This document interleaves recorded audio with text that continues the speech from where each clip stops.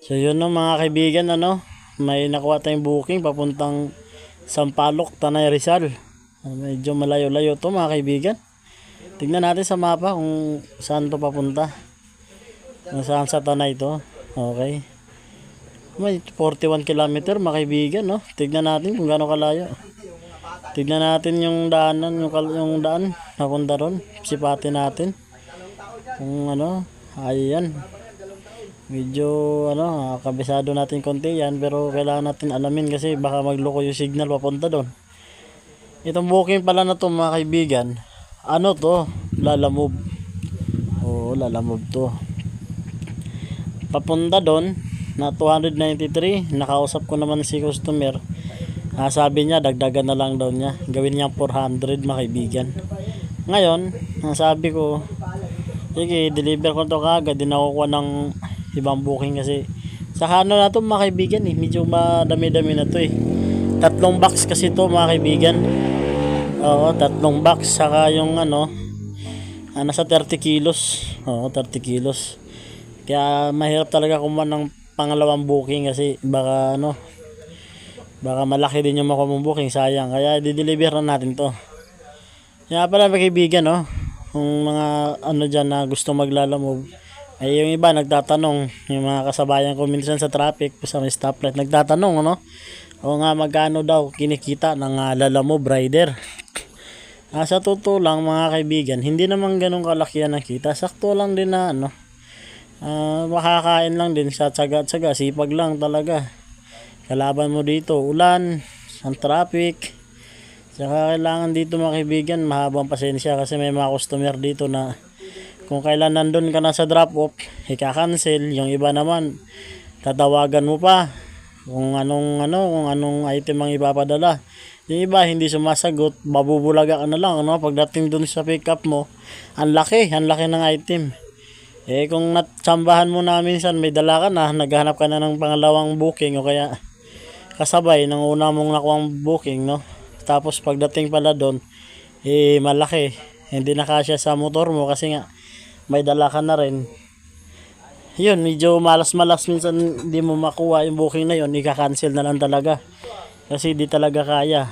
May mga ganyang pagkakataon na kailangan mahaba pasensya mo mga kaibigan kasi minsan di mo maiwasan na yung customer galit din sa'yo kasi ba't di mo sinabi sa nila, pero ang totoo, tinawagan mo ayaw sumagot.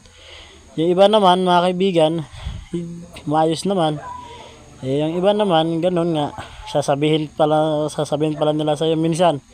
Ito may ibang mga customer sasabihin pa, ganyan talaga, dami ko nang pinadeliver, diba? May mga ganyang customer na sabing palagi na lang ako nagbubuk, palagi ako nagbubuk, lahat naman tinatanggap, ikaw lang yung hindi, ikaw lang yung maarte, diba? Yung sasabihin nila na kahit malaki yung item nila, sasabihin nila mga kaibigan na ikaw lang yung maarte, yung iba naman kinukuha naman nila, diba? Dinadala naman daw. Oo, yung iba naman kahit na ano, kasi sobrang laki, lagpas na 20 kilos o kaya lagpas na sa bag, sakto lang talaga mga kaibigan, hindi marunong hindi marunong, pag siningil mo pa ng additional nagalit pa, di ba? May mga ganyang customer, madami, kaya kailangan dito mabang pasensya saka malawak ang pangunawa. Saka pagka minsan na mga nakaraang buwan, maganda talaga kita ng Lalamove, no? Kaya tsaga-tsaga lang talaga. Minsan ako naman, minsan bumabiyahe ako ng Mobit kasi dalawa naman apps ko. Sa umaga alas 4 magmo-Mobit ako hanggang alas 7. Depende sa biyahe, kung nakalimang booking, 7, siyam. Depende kung malalayo, malalapit, no? Pagdating na alas 8 mga kaibigan, nagka-cut off na yan. Kasi masyadong traffic na. Depende naman sa lugar, pero kadalasan pag nabato ka ng BGC, Makati, bandang mga Greenwoods, papuntang Mapasay, yan, mga lugar na yan, napaka-traffic niya pag mga alas 8, alas 7 mga kaibigan, no? Kasi rush hour yan, pasukan yan. Ngayon, ang ginagawa ko, naghahanap na ng booking. Lalamove naman ang tinitira ko niyan mga kaibigan, para di na ganong matraffic ka man, dala mo. Kasi ang tinitira ko talaga, minsan bihira lang ako kumuha ng mga pagkain. Tinitira ko talaga mga kaibigan ng mga booking yung mga non-food, kasi para siguradong makuha ka ng pangalawang booking, no? Kaya minsan wagka nasa biyahe ka, di may iwasan magtatawag si customer, mapaintindi mo. Tsaka minsan bago mo kumukunin yung booking, tatanong mo, ma'am, baka pwede hanapan ko ng kasabay kasi medyo malayo. Ang kinukuha ko kasi mga booking mga kaibigan, yung mga lagpas ng lagpas na 200. Kunyari, sabihin natin dito sa Taytay papuntang Caloocan North or kaya Bulacan, may Kawayan, basta lagpas ng 200 non-food, kinukuha ko yan mga kaibigan. Dalawa papunta doon, pag-drop ko doon, hanap naman ako ng isang booking o dalawang booking papuntang Cavite, mga ganyang biyahe. Sa lagpas 200, dalawang booking ulit papuntang Cavite. Pagdating naman ng Cavite, ganun ulit mga kaibigan, umaga-aga pa, mababa pa oras, kukuha ka ng mga gurami sa Cavite o kaya dalawang booking ulit papuntang Taytay. Ganun lang ginagawa ko, paikot-ikot lang araw-araw yan mga kaibigan. Ngayon ito kasi 293 itong booking natin ngayon. Kaya yun ang ginagawa ko, kinukuha ko, natsambahan ko nga yan si customer, nakausap ko, gawin daw niya 400. Di nalugi ito mga kaibigan, pwede na. Country road, please take me home to the place I belong, West Virginia, Mountain Mama, take me home, country road. Almost heaven, West Virginia, the rich mountain shall undo a river. Life is older and older than the trees, younger than the mountain, blowing like a breeze. Country road, take me home to the place I belong, West Virginia, West Virginia. Mountain Mama, take me home, country road. All my memories gather around her, miners lady, stranger to blue water, dark and dusty, painted on the sky, misty the moonshine, she drop in my eye. Country road, please take me home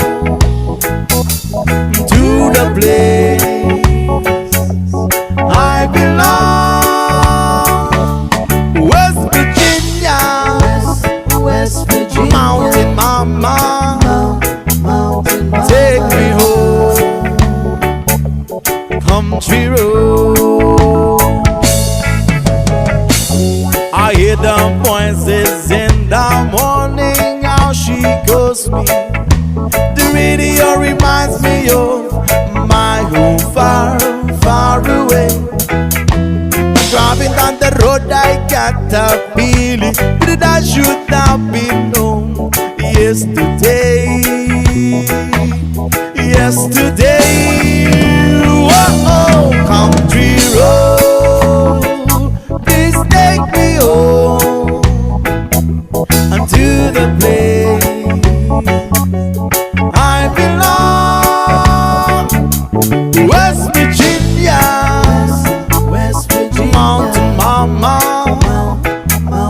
take me home, come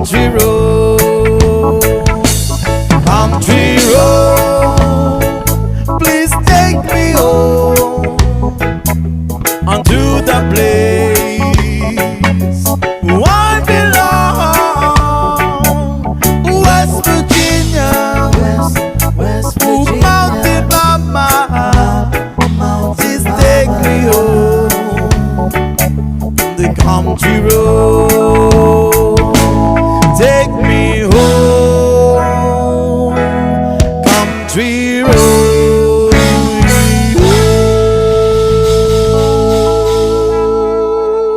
Chris.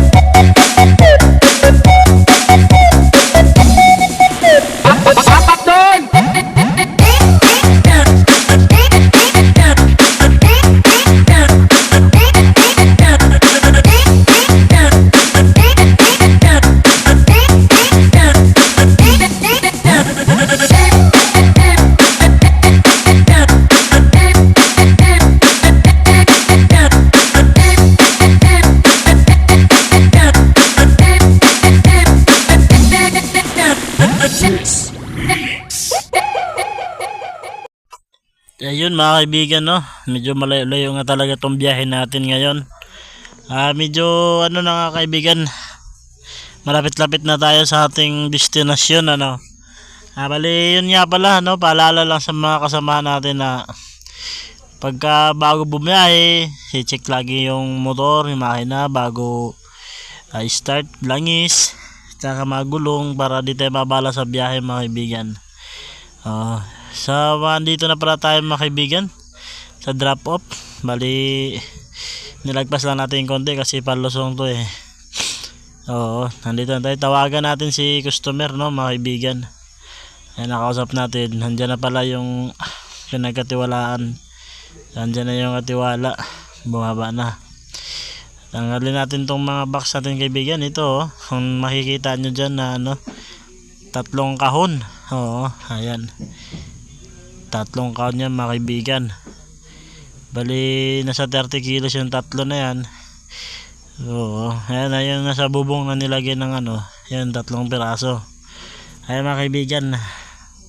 Ayan, ito yung panghuli. Ayan na mga kaibigan. Kaya kukunin natin yung bayad. Ayan na, kung nakita nyo mga kaibigan, yan na yung bayad niya sa atin. Kaya abanti na tayo mga kaibigan. I-complete na natin tong booking. Ayan, kung makita nyo, papakita ko sa inyo mga kaibigan. Nagchat pala si nagchat pala si customer. Sabi niya na dagdagan nga daw niya. Kuya, 400 sarado po yan. Bali 293 plus 107 yung tip. Diba dinalog yung mga kaibigan. So complete na lang natin to para makahanap natin na yung panibagong booking. Kaya yan lang mga kaibigan. Lang tayo, lagi lang tayong mag-iingat. Hanap tayo na panibagong booking mga kaibigan, pababa, no? Saka mga kaibigan, habang pauwi mga kaibigan, may nakita akong magandang view dito eh. Habang balikan natin, pipicture tayo para hindi lugi yung biyahe natin kasi medyo malayo talaga itong mga kapatid, no? Ayan ayan, magandang tanawin mga kaibigan, sulit, diba? Ayan, napaka gandang tanawin talaga. Marilaki lang po ito mga kaibigan. Dito lagpas sa papuntang Tanay, Rizal. Alright, selfie. Yuhuu.